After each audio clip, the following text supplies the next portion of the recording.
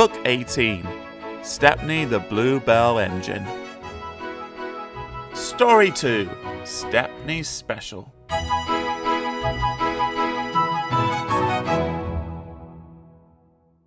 So I tried very hard, but I couldn't work properly, and they put me on a siding. I stayed there for days and days. Other engines were there too.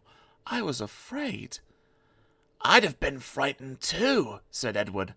But then some workmen came. They mended me and even gave me a coat of paint. I couldn't understand it till my driver came. He was very pleased. "Stepney, you lucky old engine," he said. "You've been saved. The Bluebell Railway has bought you." "What a lovely surprise," smiled Edward. "Have they saved other engines besides you?" he asked. "Oh, yes," answered Stepney. "You'd like our Bluebell and Primrose. They're twins," he chuckled, "and as like as two peas. They only had numbers at first. Bluebell was 323, and Primrose is 27. They were very pleased when our controller gave them names. Some say he was wrong to do it. It certainly made them cocky, but they do hard work, and I think our controller was right. All engines ought to have names." "Yes," agreed Edward. "It's most important." "That's why," Stepney continued, "we've given them to our 488 and 2650. But our controller doesn't know. It's a secret. Don't tell him, will you?" "Of course not," smiled Edward.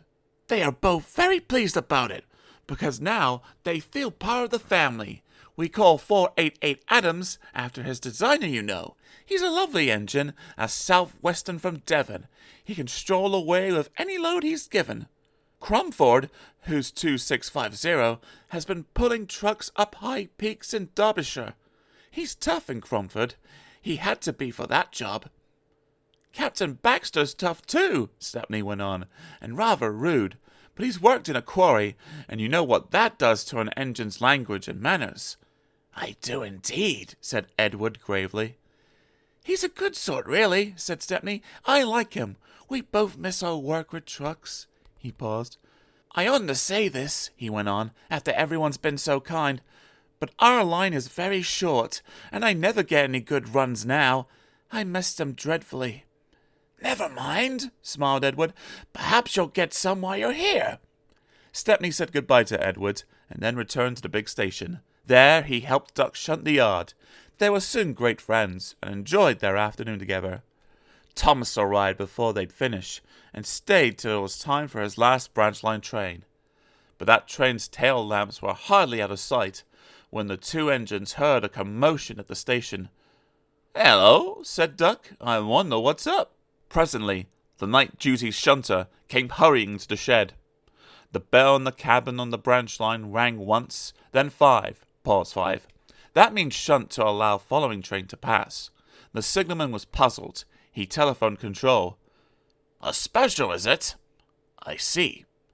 Thomas and his passengers grumbled at being delayed, but there was no help for it.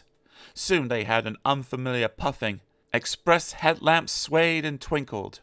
Then Stepney, pulling one coach, loomed in the station lights. He slowed to exchange tablets, whistled a greeting, then gathered speed into the night.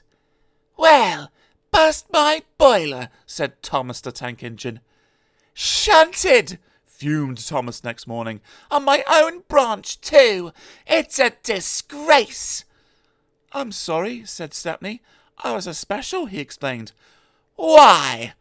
"An important passenger came after you'd gone. He said he must get home, and ordered a special. Duck kindly let me take it. We had a splendid run. No record-breaking, of course, but—" "Ah, well," said Thomas modestly, "perhaps when you know the road as I do—" "Exactly," put in Stepney.